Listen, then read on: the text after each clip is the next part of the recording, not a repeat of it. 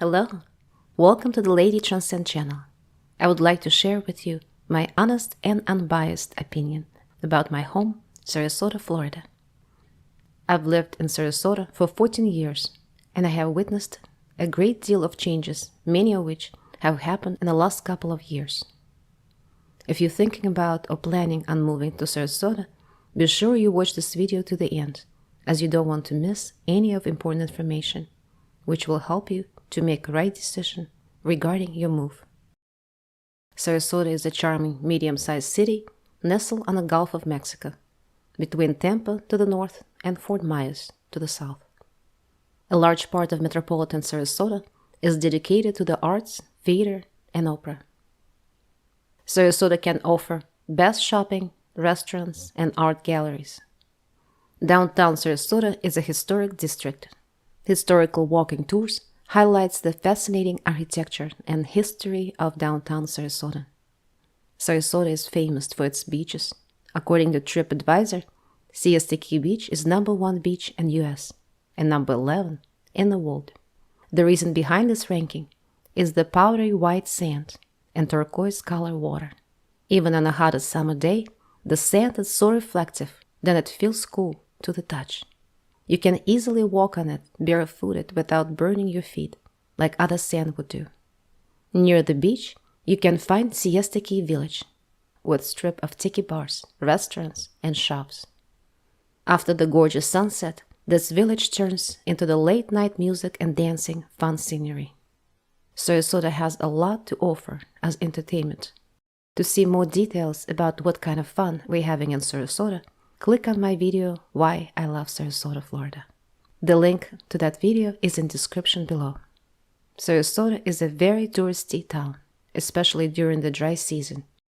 If you like crowded spots and happy people around you, then Sarasota is your place. If you prefer more quiet and less crowded, then perhaps a town like Venice will be more suitable for you, or even quieter, like Inglewood. Small, cute towns, Venice and Inglewood, are located in just south of Sarasota on the Gulf of Mexico. The population of Sarasota expanded significantly over the past 10 years, and the growth accelerated during COVID. Sarasota has a tropical climate with hot, humid summers and warm, drier winters. The warm winter climate attracts not only tourists, but also large homeless population. According to USFacts.org, the poverty rate in Florida is 15.5%. Out of every 6.5 residents of Florida lives in poverty. The percentage of homeless people in the city of Sarasota is estimated to be as high as 6 times the national average. Hundreds of homeless people walking or sitting on the street at any given time. Federal data shows in just 5 years, unsheltered homelessness increased by 20.5%. Another issue that has become more common with Sarasota population growth is red tide. Red tide is a type of algae bloom. This harmful algae sucks oxygen out of the water and produces a neurotoxin that kills marine life in the Gulf of Mexico and surrounding waters. Red tide has become more frequent and is a year-to-year issue that profoundly affects many Florida boaters and waterfront property owners. It can affect your health if you swim in the water or consume contaminated seafood. Thousands of tons of fish and hundreds of marine birds, manatees, and sea turtles that ingested the toxins were poisoned and die. There is also less and less fish to catch each year, even after the red tide is over. A lot of people can get pretty sick from red tide with respiratory issues, even they just stay for an hour or two close to the water. Although we don't live close to the seawater, my family and I usually get the burning throat sensations and coughs, even if we spend just an hour near the beach area or in downtown Sarasota. Sarasota has a lot of new constructions. The roads are not designed for the volume of traffic and have become extremely congested. This is especially true in the downtown Sarasota, Lakewood Ranch, and along Interstate 75. Traffic is an extra nuisance during the dry season, from mid-October to mid-May. As I already mentioned in my other video, according to the Smart Asset data, Florida has the worst drivers in US. Constant road construction and new traffic circles throughout Sarasota confuse some people, contributing to the numbers of accidents. Sarasota has become extremely expensive from a cost of living perspective. Fewer and fewer people can afford the luxurious Sarasota lifestyle, as affordable housing options are fewer and far between. As a result, there is a lack of workers in many of the service professions. The housing market is booming in Sarasota, and of course, real estate has become less and less affordable. I am not a real estate agent, but I know the prices of houses in most areas of Sarasota. For instance, in our neighborhood, a 3-bedroom, 3-bath home have been sold for $850,000 and up in April of 2023. Our neighborhood is a gated community, 10-20 years old. It's located east of I-75, exit 210. It usually takes 35-45 minutes to drive to the closest beach.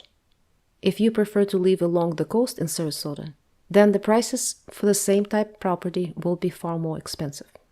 Of course, Sarasota has budget places to live as well, which I will describe in my other videos.